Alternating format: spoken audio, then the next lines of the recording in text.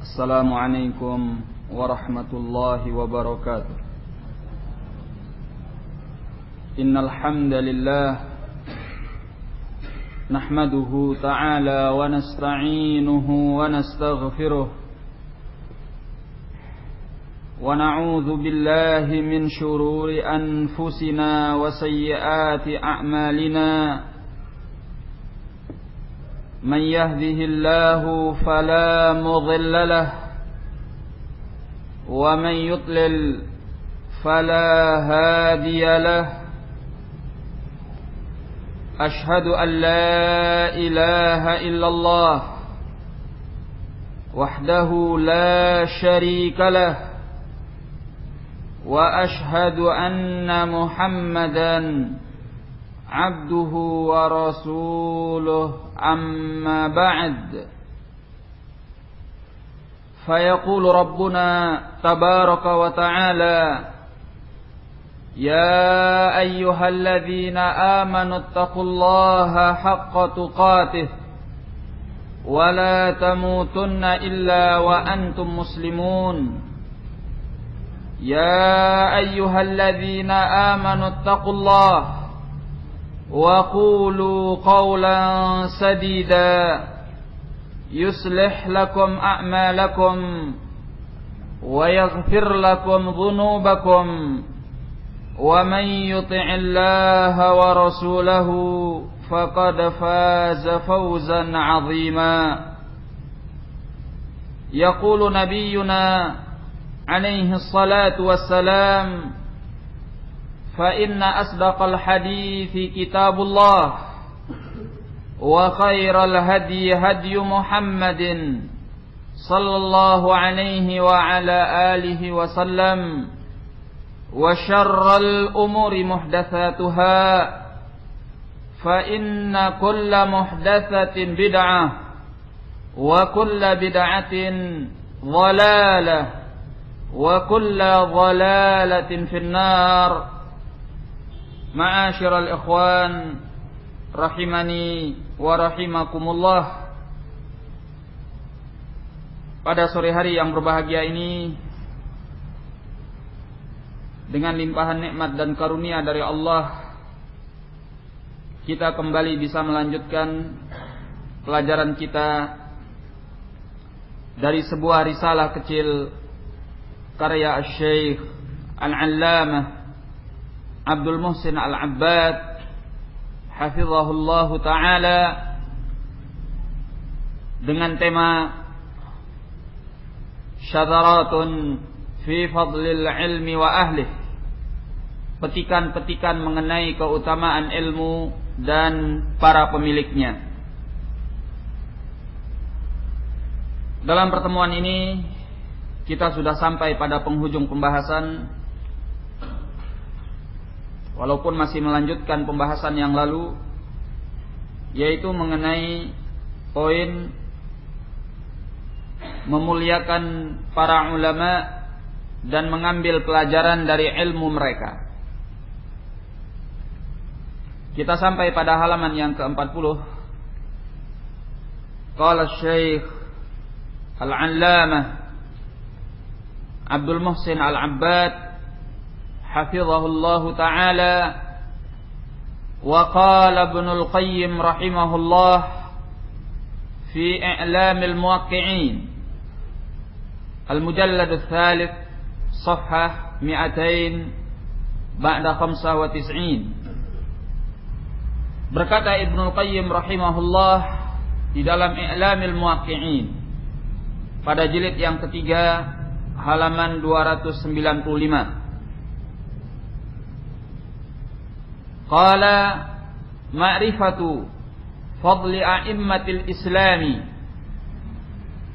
wa maqadirihim wa huquqihim wa maratibihim. Mengenal keutamaan imam-imam Islam, nilai-nilai kemuliaan mereka, hak-hak mereka, dan martabat-martabat mereka. Wa anna fadlahum wa ilmahum wa nushahum lillahi wa rasulih la yujibu qabula kulli ma qaluh, dan bahwasanya keutamaan mereka, ilmu mereka, kejujuran mereka terhadap Allah dan Rasulnya ini tidak mengharuskan menerima setiap apa yang mereka ucapkan. Wa ma waqa'a fi fatawihim minal masail allati khafiya 'alaihim fiha ma jaa'a bihi ar-rasul, dan menerima apa yang ada di dalam fatwa-fatwa mereka.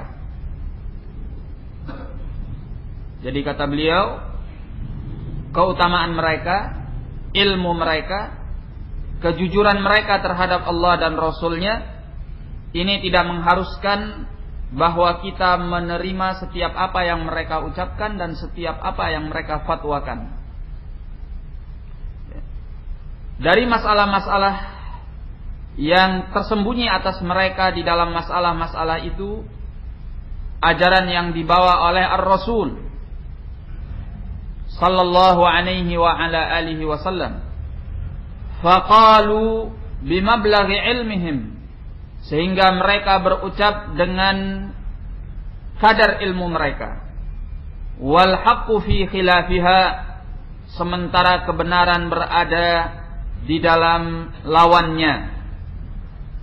La yujibu ittiraha aqwalihim jumlatan, tidak pula mengharuskan membuang semua pendapat-pendapat mereka secara menyeluruh.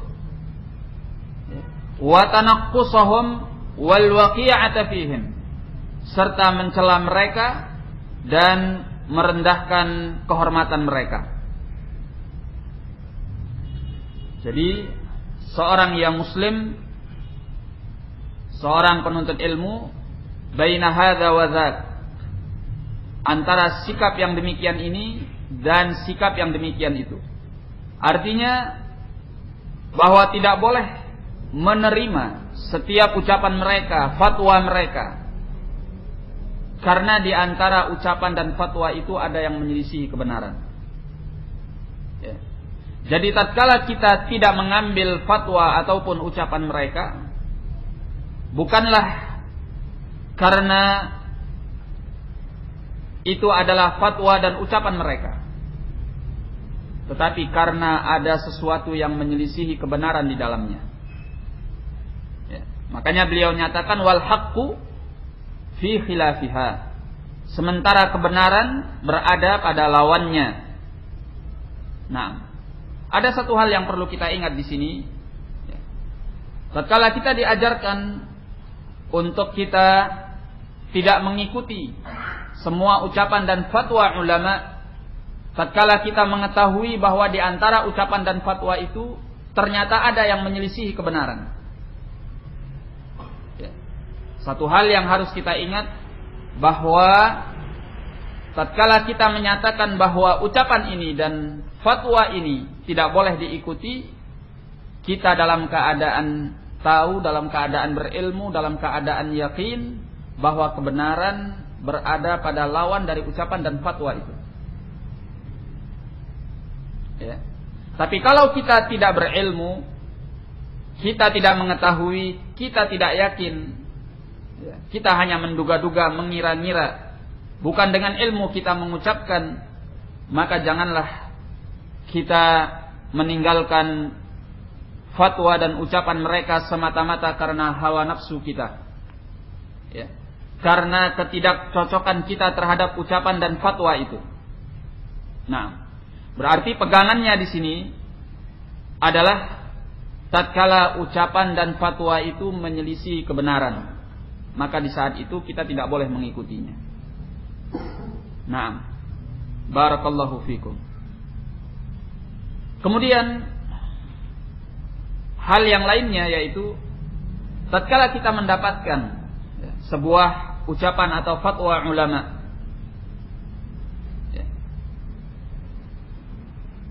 yang tidak membawakan dalil, semata-mata ijtihad dari mereka,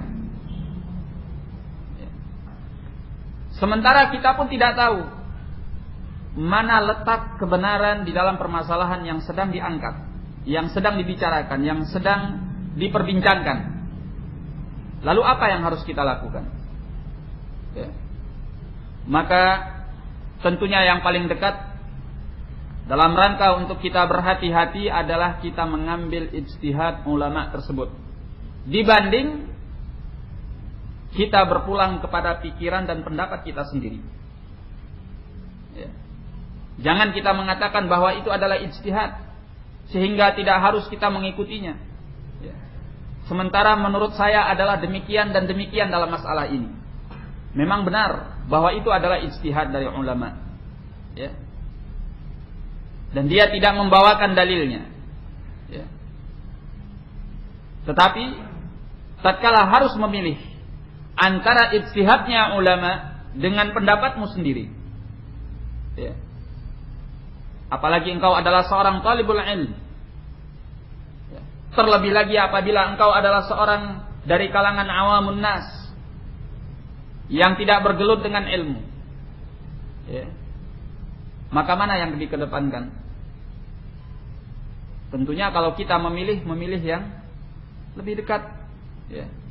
Ijtihadnya ulama itu mereka berangkat dari dasar ilmu yang mereka miliki, dari Al-Quran, Al-Hadith, ya, dan Al-Qawaid, ya, kaedah-kaedah yang mereka pelajari sehingga mereka berijtihad demikian. Ya. Sementara pikiranmu, pendapatmu, pandanganmu belum tentu seperti apa yang dilakukan oleh para ulama. Nah, sehingga kalau kita memilih, lebih baik kita mengambil pendapat ulama atau ijtihad ulama itu walaupun tidak ada dalilnya. Dalam keadaan kita tidak tahu al-haq secara pasti dalam masalah tersebut. Ya, kita tidak tahu dalil Al-Quran, Al-Hadith yang lebih pasti dalam masalah tersebut. Ya. Nah, tidak ada pula ulama-ulama yang lain berpendapat atau mengucapkan sebuah fatwa kecuali hanya itu. Maka itu lebih baik dibanding kita mengambil pendapat dan hawa nafsu kita sendiri. Barakallahu fikum. Nah, hal yang berikutnya yang juga harus diingat terkait dengan ucapan dan fatwa al-ulama, yaitu tentunya jangan sampai kita menyelisihi atau meninggalkan sebuah ucapan atau fatwa al-ulama dikarenakan hawa nafsu, walaupun fatwa itu menyelisihi kebenaran dan pendapat yang kita ambil pendapat yang dekat kepada kebenaran. Ya. Artinya, tatkala kita mendapatkan dua pendapat di kalangan ahlul ilm atau dua fatwa di kalangan ahlul ilm, ya, di kalangan para ulama, ya, jangan sampai kita mengambil salah satunya dan meninggalkan yang lain, ya, dikarenakan hawa nafsu. Ya. Karena fatwa yang satu kurang cocok dengan pribadi kita, dengan hawa nafsu kita, ya, dengan selera kita, sehingga kita tinggalkan fatwa itu. Sedangkan yang lain yang kita anggap lebih dekat kepada kebenaran, cocok dengan hawa nafsu kita, cocok dengan selera kita, cocok dengan keinginan kita. Ya, pas kebetulan memang ada dalilnya, Alkitab was Sunnah. Yang mengucapkannya pun seorang ulama besar. Ya. Dan bisa jadi pula bahwa pendapat yang kita pegangi itu memang benar adanya. Tapi ingat, tatkala kita berangkat untuk meninggalkan satu fatwa dan mengambil fatwa yang lain yang memiliki dalil yang lebih dekat kepada kebenaran itu karena hawa nafsu, kita tidak dianggap benar. Karena landasan kita mengikutinya adalah hawa nafsu, bukan kebenaran. Ya, contoh gampangnya begini. Secara konkret misalnya, di hadapan kita ada dua fatwa. Ya, satu menyatakan tidak boleh atau tidak dibenarkan di dalam Islam yang namanya pemilihan umum, ya, mengikuti demokrasi. Disebutkan dalil-dalilnya demikian. Ya. Kemudian ada fatwa ulama lain yang menyatakan bolehnya mengikuti pemilu, ya. dalam keadaan-keadaan tertentu, kondisi-kondisi yang tertentu, dengan alasan demikian dan demikian. Ya. Nah, dan kebetulan yang berfatwa seperti ini seorang ulama besar, katakan seperti Asy-Syaikh Muhammad Nasiruddin Al-Albani rahimahullahu taala. Ya. Di mana beliau berpendapat bolehnya mengikuti al-intikhabat dalam keadaan tertentu. Ya. Dengan alasan-alasan yang memang seharusnya kaum muslimin mengikuti intikhabat menurut beliau. Ya, mengikuti pemilihan umum misalnya. Nah, kita meninggalkan pendapat yang melarang tadi dan mengikuti pendapat yang membolehkan. Kenapa? Karena ternyata ada keinginan di dalam hati kita. Ya. Ada hawa nafsu di dalam hati kita, kenapa kita mengikutinya? Ya. Nah, misalnya karena kita anggota partai, ya. Atau ada niat mencalonkan diri, ya. Atau yang semacam itu. Ya. Al-muhim, selama kita mengambil fatwa itu dan meninggalkan fatwa yang lain karena hawa nafsu, ya. Walaupun fatwa yang kita pegang, fatwa yang kita ambil adalah benar adanya, kita tetap dianggap sebagai orang yang salah. Bukan orang yang mengikuti kebenaran, tetapi orang yang mengikuti hawa nafsu. Ya. Dan orang yang demikian ini tidak akan mendapatkan pahala dari Allah Tabaraka wa Ta'ala, walaupun fatwa yang dia ambil benar.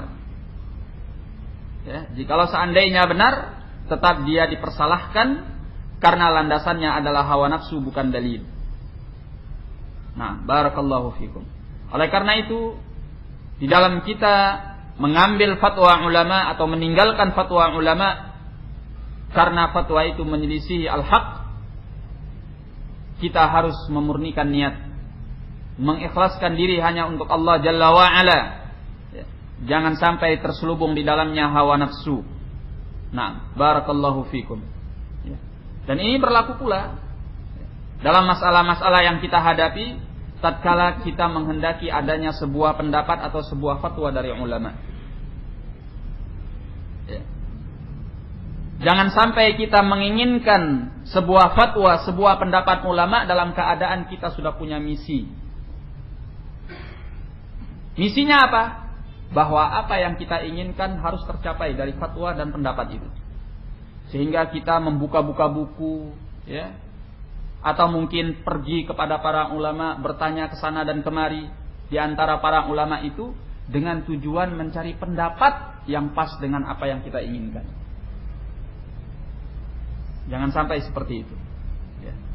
Jikalau seandainya itu terjadi, ya, dan kita mendapatkan di tengah-tengah pencarian kita di dalam kitab, atau di tengah-tengah kita mencari fatwa-fatwa di kalangan para ulama itu, ya, kita mendapatkan fatwa yang bisa kita ambil, ya, maka yang demikian ini bukan disebut sebagai orang yang mengikuti ulama, tetapi disebut sebagai pengikut hawa nafsu, ya, pengikut hawa nafsu dan bukan pengikut ulama. Karena pengikut ulama, ya, yang sebenarnya adalah mereka mengikuti dalil daripada Alkitab dan Sunnah Nabi Sallallahu Alaihi Wasallam, Al-Quran dan Al-Hadith, ya, bukan mengikuti hawa nafsu yang ada di dalam hati dan jiwanya. Nah, qala la yujibu ittiraha aqwalihim jumlatan. Nah, ini sisi yang lain. Ya, ini sisi yang lain. Beliau mengatakan tidak mengharuskan adanya fatwa yang menyelisihi al-haq, pendapat ulama yang menyelisihi al-haq, bahwa kita membuang semua pendapat mereka secara global, secara keseluruhan, secara total. Ya. Nah, walaupun di antara pendapat-pendapat mereka dan fatwa-fatwa mereka itu ada yang menyelisihi kebenaran, tapi bukan berarti kita harus membuang dan meninggalkan semuanya. Karena banyak dan terlalu banyak di antara ucapan-ucapan mereka, pendapat-pendapat mereka, ijtihad mereka, fatwa-fatwa mereka yang ternyata sesuai dengan kebenaran. ya, bersumber kepada Alkitab was sunnah, Al-Quran wal hadith. Naam. Barakallahu fikum. Kemudian wa tanaqqusahum wal waqi'ata fihim. Tidak boleh kita melecehkan mereka, merendahkan mereka kalau kita mendapati ada di antara fatwa itu yang menyelisihi kebenaran. Ya.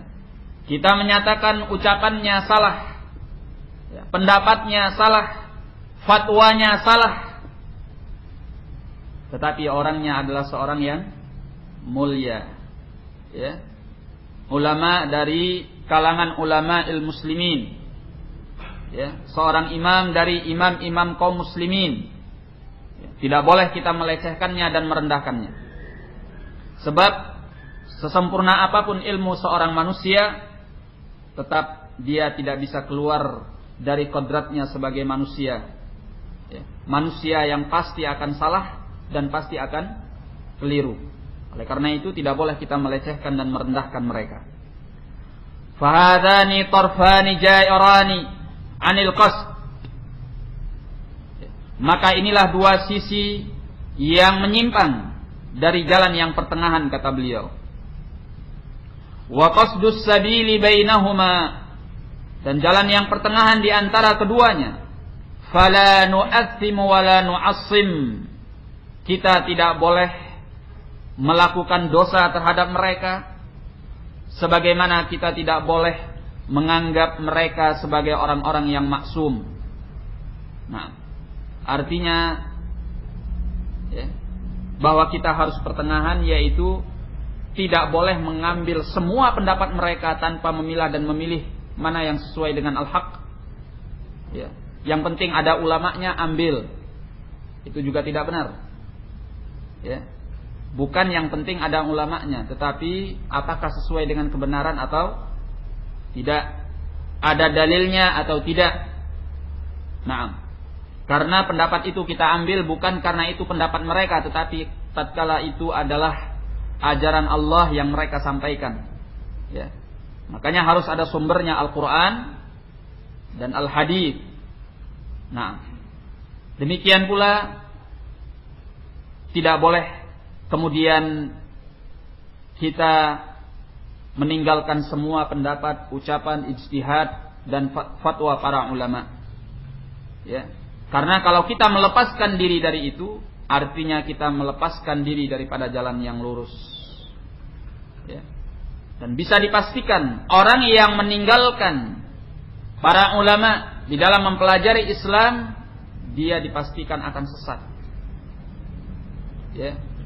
Karena dia pasti akan memahami Islam itu dengan hawa nafsunya, dengan pikirannya, dengan logikanya, tanpa ada yang membimbing dan mengarahkan. Barakallahu fikum. Jadi tidak boleh mengambil semuanya tanpa memilah dan memilih mana yang sesuai dengan kebenaran. Tidak boleh pula meninggalkan semuanya. Jadi harus tengah-tengah. Ya, tengah-tengah. Bagaimana tengah-tengah? Kita tidak meninggalkan semuanya, tidak mengambil semuanya. Ya, ini yang beliau maksud. Tetapi kita mengambil apa yang sesuai dengan Al-Quran wal Hadith dan meninggalkan apa yang tidak sesuai dengan Al-Quran dan Al-Hadith. Ila an qala, sampai beliau mengatakan, wa man lahu ilmun bisyar'i wal waqi'i ya'lamu qat'an anna ar-rajul al-jalil alladhi lahu fil islami qadamun salihun wa atharun hasanah wa huwa min al-islami wa ahlihi bimakan qad takunu minhu al-hafwatu waz-zallatu huwa fiha ma'dzur. Kata beliau rahimahullah, orang yang memiliki ilmu tentang syariat, tentang realita kaum muslimin, mengetahui secara pasti bahwa seseorang yang mulia, yang memiliki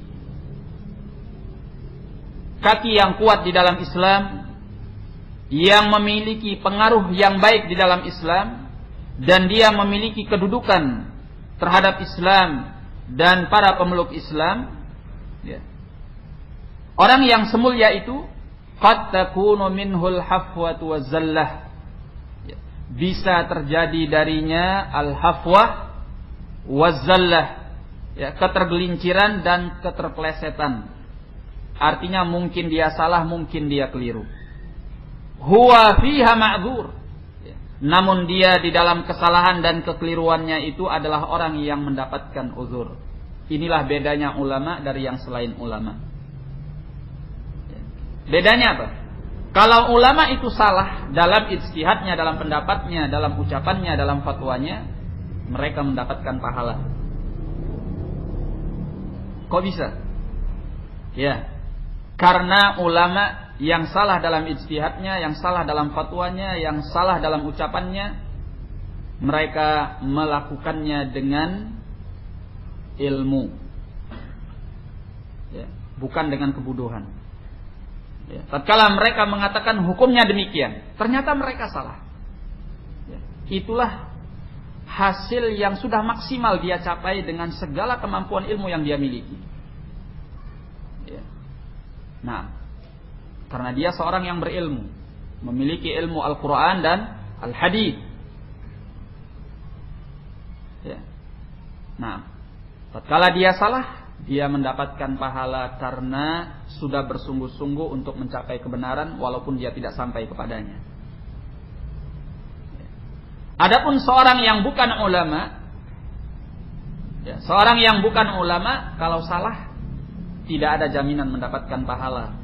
Salah ya salah, ya, dan bisa jadi dia berdosa karena kebodohannya. Ya. Apalagi kalau ada seorang yang bukan ulama berani berijtihad. Ya. Ijtihad saya demikian. Ya. Dan dia mengatakan inilah batas ilmu saya. Padahal dia bukan ulama. Ya. Dia tidak mendapatkan apa-apa, bahkan mendapatkan dosa. Ya. Bahkan dia mendapatkan dosa tatkala dia salah. Nah, lalu apa yang semestinya kita lakukan sebagai manusia yang barangkali kita bukan dari kalangan para ulama? Yaitu kalau kita tidak tahu, tanya sama ulama. Sebagaimana yang diperintahkan oleh Allah di dalam Al-Quran, fas'alu ahlad dzikri in kuntum la ta'lamun. Bertanyalah kalian kepada para ulama kalau kalian tidak tahu. Nah, supaya kita benar-benar, ya, sampai kepada kebenaran yang kita inginkan, ya, bertanyalah kepada para ulama itu dengan keikhlasan, dengan niat yang murni untuk menghambakan diri kepada Allah, ya. Sehingga tatkala kita bertanya semata-mata karena mengharapkan wajah Allah Jalla wa'ala, ya. Semoga dengan demikian kita diarahkan oleh Allah untuk bertanya kepada orang yang tepat, ya. Dan semoga Allah Ta'ala membenarkan lisan ulama yang menjawab pertanyaan kita, sehingga dia mengeluarkan jawaban yang pas sesuai dengan Al-Quran dan Al-Hadits, ya. Nah, barakallahu fikum. Kemudian hal yang juga harus kita ketahui, sebagai orang yang bukan dari kalangan para ulama atau dikatakan sebagai awamun nas, tatkala bertanya kepada para ulama itu hendaklah dalam keadaan, ya, di samping ikhlas memurnikan diri hanya untuk Allah, mengharapkan wajah Allah, ya, juga kita bersikap takwa kepada Allah Jalla wa'ala. Artinya takwa apa di sini? Ya, di mana kita bertanya itu, ya, tatkala kita memilih ulamanya semata-mata karena keahlian yang kita lihat pada dirinya untuk menjawab pertanyaan kita, ya. Bukan karena harapan bahwa ulama ini akan menjawab sesuai dengan keinginan kita, ya. Terkadang kita bertanya kepada ulama, atau mungkin kalau di negeri kita ini, ya, bertanya kepada seorang ustaz dengan harapan apa? Ustaz itu bisa menjawab dengan jawaban yang sesuai dengan kehendak kita, ya. Kenapa engkau tidak bertanya kepada ustaz fulan dan bertanya kepada ustaz fulan? Ya. Ya. Kalau dia jujur, dia akan menjawab, saya bertanya kepada ustaz si fulan ini, ya, dan tidak bertanya kepada ustaz si fulan itu karena yang ini saya harapkan jawabannya cocok dengan saya, sementara itu saya khawatir tidak cocok nanti. Ya, ini sudah hawa nafsu namanya. Ini namanya sudah hawa nafsu. Karena ternyata kita memilih tempat kita bertanya dengan harapan bahwa jawabannya cocok dengan selera kita, keinginan kita. Ya. Bukan karena kita tahu bahwa orang ini punya keahlian, punya ilmu yang dengan ilmu yang dia miliki, keahlian yang dia punya, dia akan menjawab pertanyaan kita sesuai dengan apa yang dikehendaki oleh Allah dan Rasulnya. Nah, barakallahu fikum. Jadi harus punya takwa Allah. Ya. Sehingga toh kalaupun seandainya ya, jawaban yang kita dengar, fatwa yang kita ambil itu adalah salah, ya, ternyata tidak sesuai dengan Al-Quran dan Al-Hadits, tapi kita sudah melakukannya dengan takwa Allah dan keikhlasan kepada Allah. Ya, tatkala kita melakukannya dengan keikhlasan kepada Allah, takwa kepada Allah, kita berharap walaupun ternyata fatwa yang kita dengar itu adalah salah, yang kita ikuti itu adalah salah, Allah memaafkan kita. Ya, karena kita sudah melakukan perintah Allah Jalla wa'ala, fattaqullaha mastata'tum. Bertakwalah kalian kepada Allah semampu kalian. Nah, barakallahu fikum. Qala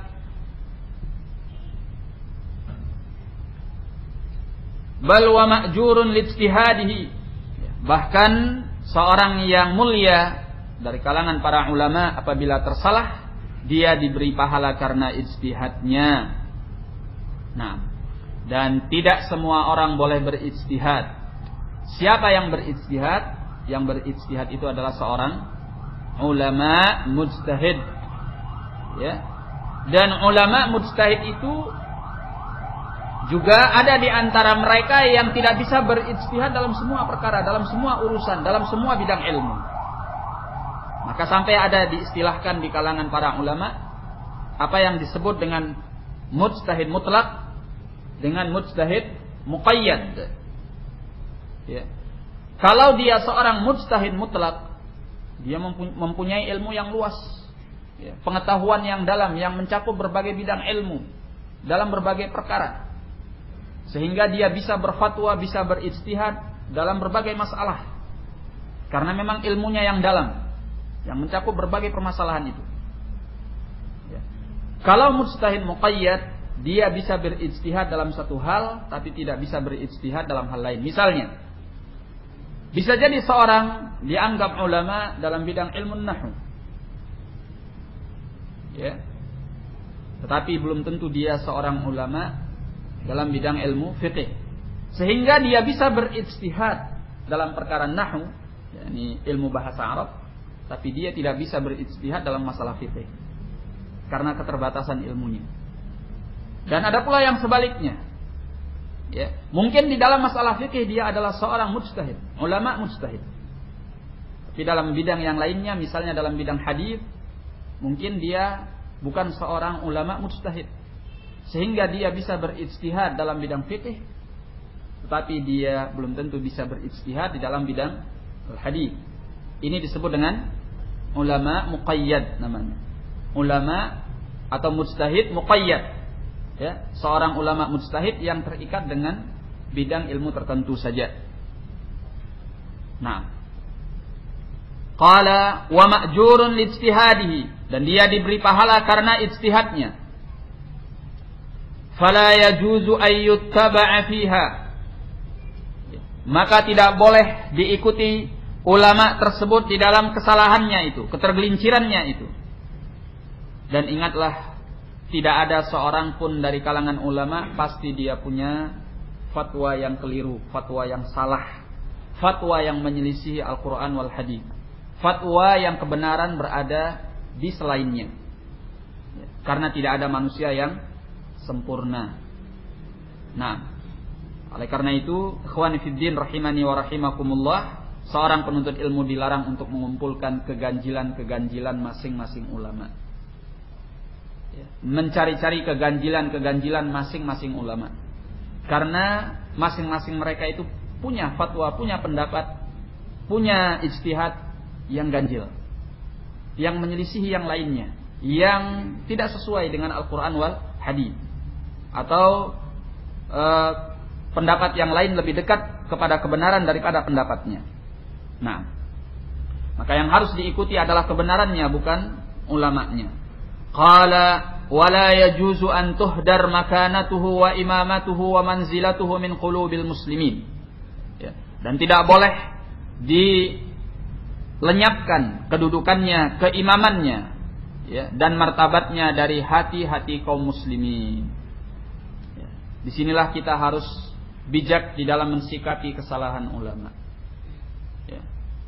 Kalau kita mengetahui dia salah dalam fatwa itu, dia salah dalam pendapatnya itu, dia salah dalam ijtihadnya itu, kita katakan bahwa beliau rahimahullah salah dalam masalah ini.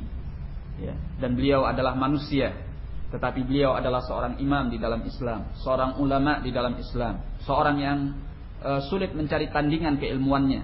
Ya. Kita harus memujinya, memuliakannya, mengagungkannya, dan memasukkan ke dalam hati kaum muslimin tentang martabatnya yang tinggi di dalam Islam. Nah, bukan seperti apa yang dilakukan oleh sebagian pemuda yang dibakar oleh semangat dan dibakar oleh kebodohan, ya, di mana mereka mempelajari sedikit ilmu kemudian membantah al-ulama dengan tanpa adab. Ya, sebagian tatkala dia membantah ulama, qala al-Albani kadza. Ya, sebutkan nama Albani. Albani mengatakan demikian dan dia salah. Yang benar seperti ini. Ya. Ada pula yang keahliannya mengumpulkan dan mencari-cari kesalahan ulama tertentu untuk dia menonjolkan diri bahwa dia seorang yang berilmu. Ya. Nah, tanaqudzat al-Albani misalnya. Kontradiksi al-Albani. Sebab apa? Orang yang berani membantah Albani rahimahullah, maka dia akan terkenal, populer. Ya. Dia akan dianggap sebagai seorang yang berilmu, penuntut ilmu yang kuat. Gitu. Nah, ala kulli hal, ya, sikap-sikap yang seperti ini harus dihindarkan. Kalau kita menyebutkan bahwa ulama fulan salah, misalnya Syekh Al-Allamah, Al-Imam, Al-Muhaddits, Al-Albani dalam masalah ini salah, menurut kedangkalan ilmu saya, bahwa yang benar demikian, dalilnya ini, ulama yang berpendapat seperti ini, seperti yang saya katakan adalah ini, ya, walaupun beliau lebih pantas dengan kebenaran daripada saya, yakni tetap kita mengangkat beliau, memuliakan beliau, mengagungkan beliau, ya, sehingga kita tidak mengurangi nilainya di dalam hati-hati kaum muslimin. Barakallahu fikum. Nah, bahkan dahulu ada satu pelajaran penting dari Syekhuna Muqbil rahimahullah, di mana beliau rahimahullah sengaja meninggalkan menulis kitab tertentu untuk membantah Syekh Al-Albani rahimahullah dalam bidang hadis, karena tidak ingin menyibukkan para penuntut ilmu dengan yang demikian itu. Nah, ini adalah pelajaran penting, ya, karena di antara para ulama pun mereka sangat menghargai antara satu dengan yang lainnya.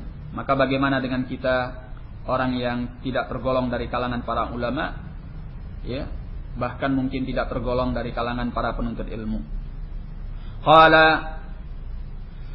qala Ibnul Qayyim aidan fi Kitabir Ruh safha 95 wa 300 ila 96 wa 300. Berkata Ibnul Qayyim di dalam kitab Ar-Ruh pada halaman 395 sampai 396, qala faman 'arada aqwal al-ulama'i 'ala an-nususi wa wazniha wa 'ala an-nususi wa wazanaha biha wa khalafa minha ma khalafa an-nassa lam yuhdar aqwaluhum walam yuhdham janibuhum. Barang siapa yang mau menghadapkan ucapan para ulama kepada nas-nas Al-Quran wal Hadits dan dia menimbangnya dengan nas-nas tersebut, ya, niscaya dia akan mendapati di antara ucapan-ucapan itu ada pendapat yang menyelisihi nas. Ya. Namun kata beliau, lam yuhdar aqwaluhum, tapi jangan sampai dilenyapkan pendapat-pendapat para ulama itu. Walam yuhdham janibuhum, dan jangan sampai dienyahkan sisi kemuliaan mereka. Bal iktada bihim, bahkan hendaklah orang tersebut mengikuti para ulama. Fa innahum kulluhum umiru bidzalik, karena mereka semuanya diperintahkan dengan yang demikian itu.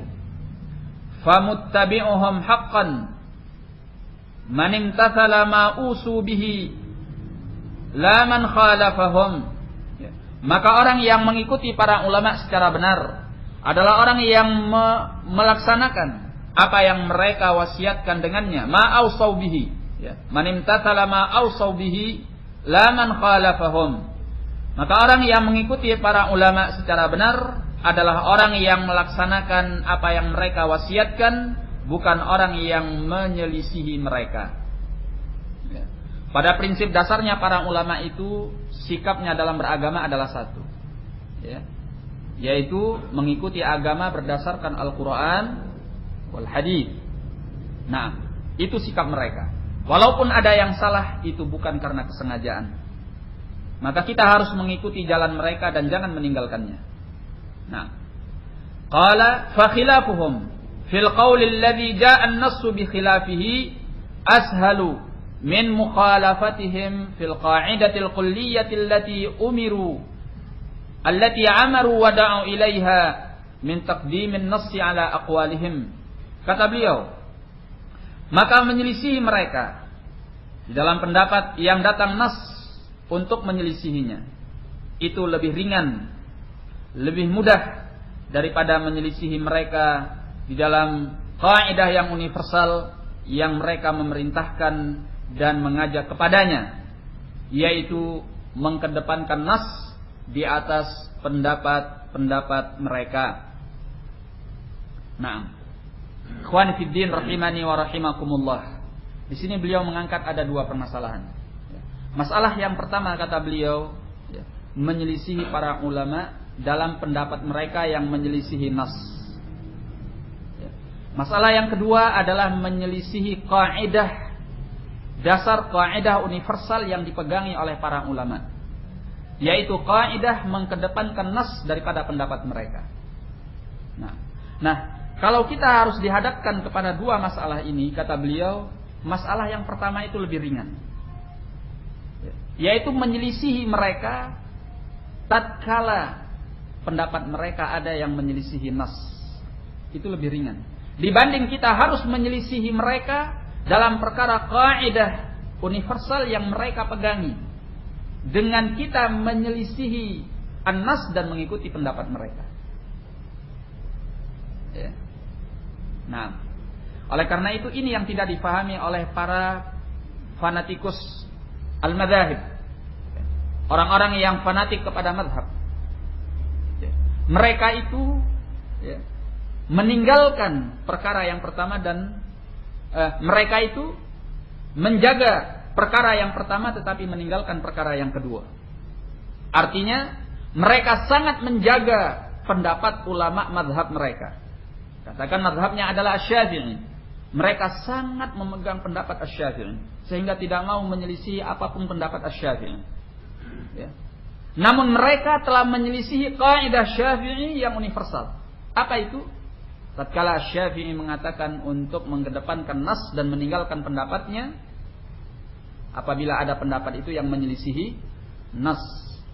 Nah, maka mereka jatuh ke dalam perkara yang lebih berat dan mengikuti perkara yang keliru. Nah, sebab apa? Sebab mereka mengambil semua pendapat Asy-Syafi'i. Dari sisi ini mereka dalam sebagian masalah bisa dibenarkan, dalam sebagian yang lainnya mereka tidak bisa dibenarkan. Baik. Tapi tatkala mereka melakukan ini, mengambil semua pendapat Asy-Syafi'i, berarti mereka telah menyelisihi kaidah Syafi'i. Apa kaidah Syafi'i? di mana beliau menganjurkan para pengikutnya untuk mengedepankan nas daripada pendapatnya apabila pendapatnya menyelisihi an-nas. Idza shahha madhhabi, idza shahha al-hadits fa huwa madhhabi. Apabila hadis itu sahih, maka itu adalah mazhabku, kata beliau. Iya. Mana yang lebih parah? Ya. Kalau kita ditanya, apakah kita harus menyelisihi pendapat Asy-Syafi'i atau kaidahnya Syafi'i? Mana yang lebih parah? Ya. Tentunya menyelisihi kaidah Syafi'i itu lebih parah daripada menyelisihi pendapatnya. Kenapa? Karena menyelisihi pendapat Asy-Syafi'i itu belum tentu semuanya sesuai dengan Alkitab was Sunnah. Ini lebih ringan. Ya. Karena ternyata di antara pendapat Asy-Syafi'i itu ada yang menyelisihi al-hadits. Makanya beliau sendiri sampai menyatakan idza shahhal hadits fa huwa madhhabi. Apabila hadis itu sahih, maka itu adalah madhabku. Artinya, kalau ada pendapatku yang menyelisihi hadis yang sahih, maka hadis yang sahih itulah yang sebenarnya madhabku. Adapun pendapatku yang menyelisihinya itu bukan madhabku. Itu maksudnya. Nah, sehingga menyelisihi ucapan Syafi'i itu lebih ringan. Karena di antara ucapan Asy-Syafi'i, pendapat Asy-Syafi'i, ada yang ternyata tidak sesuai dengan Al-Quran ataupun Al-Hadits. Ya.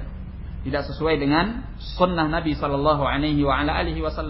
Ya. Tetapi kalau menyelisih kaidah Syafi'i, nah ini tidak bisa ditolerir.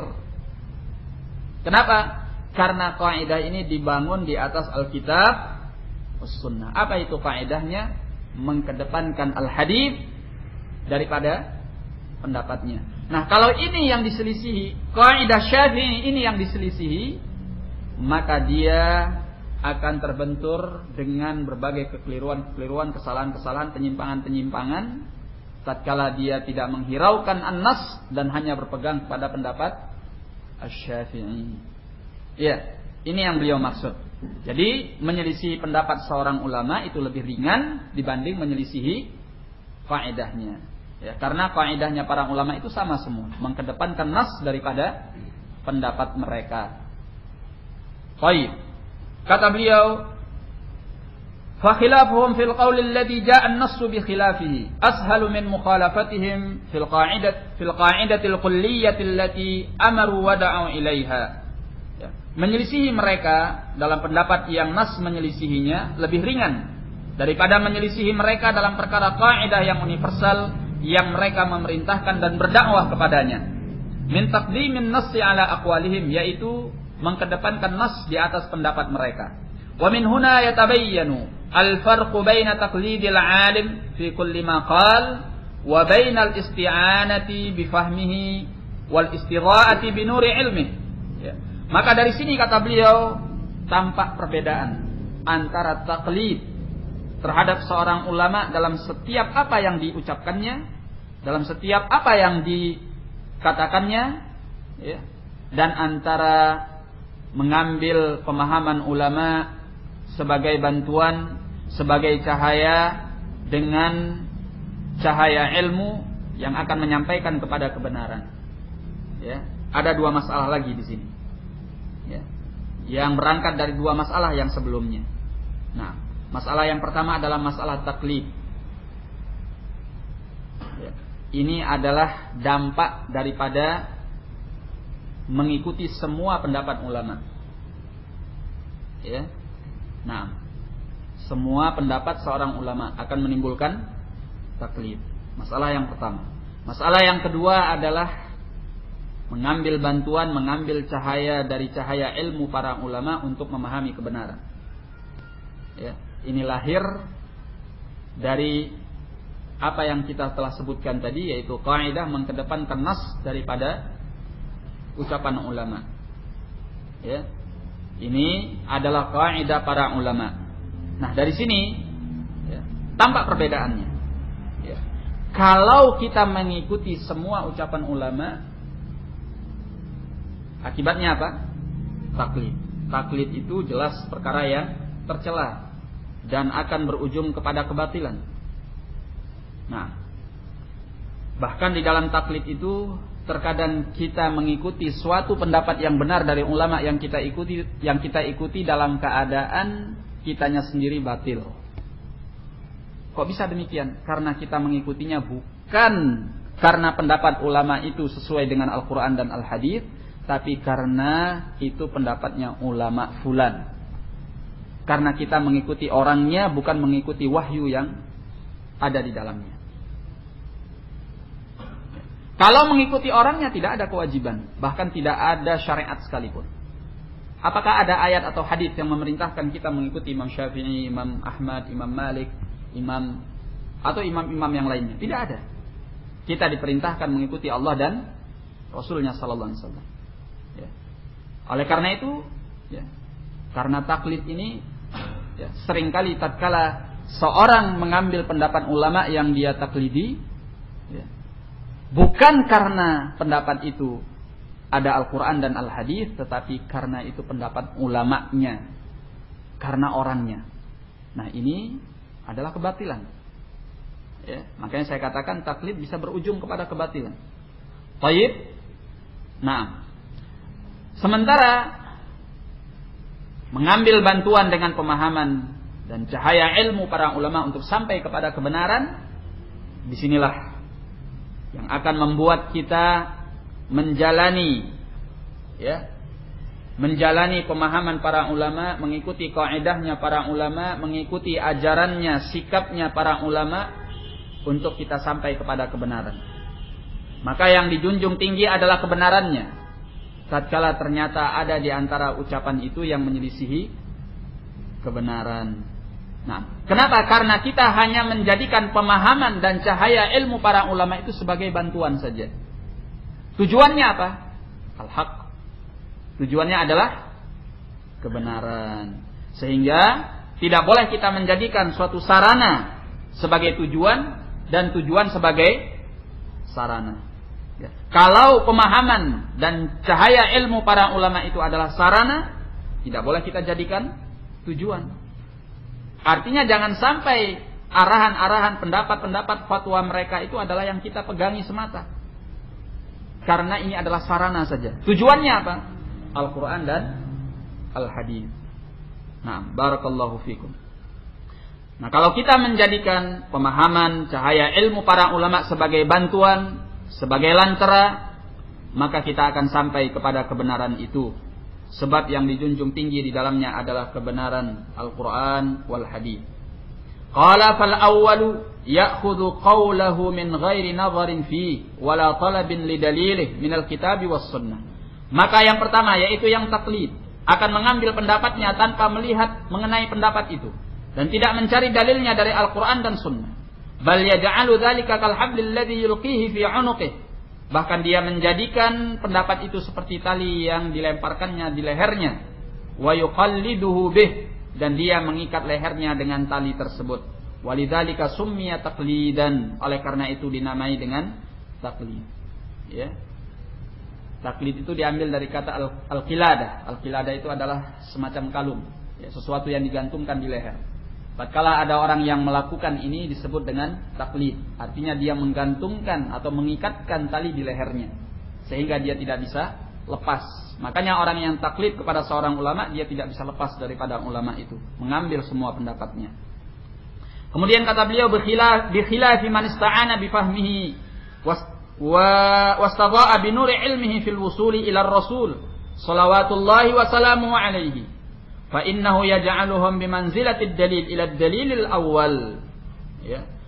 Adapun orang yang berbeda dengan orang yang mengambil bantuan dengan pemahaman ulama, mengambil cahaya dengan cahaya ilmu mereka untuk sampai kepada Rasul sallallahu alaihi wasallam, maka dia menjadikan al-ulama sebagai petunjuk kepada dalil yang pertama, yaitu kepada Al-Quran dan Al-Hadits.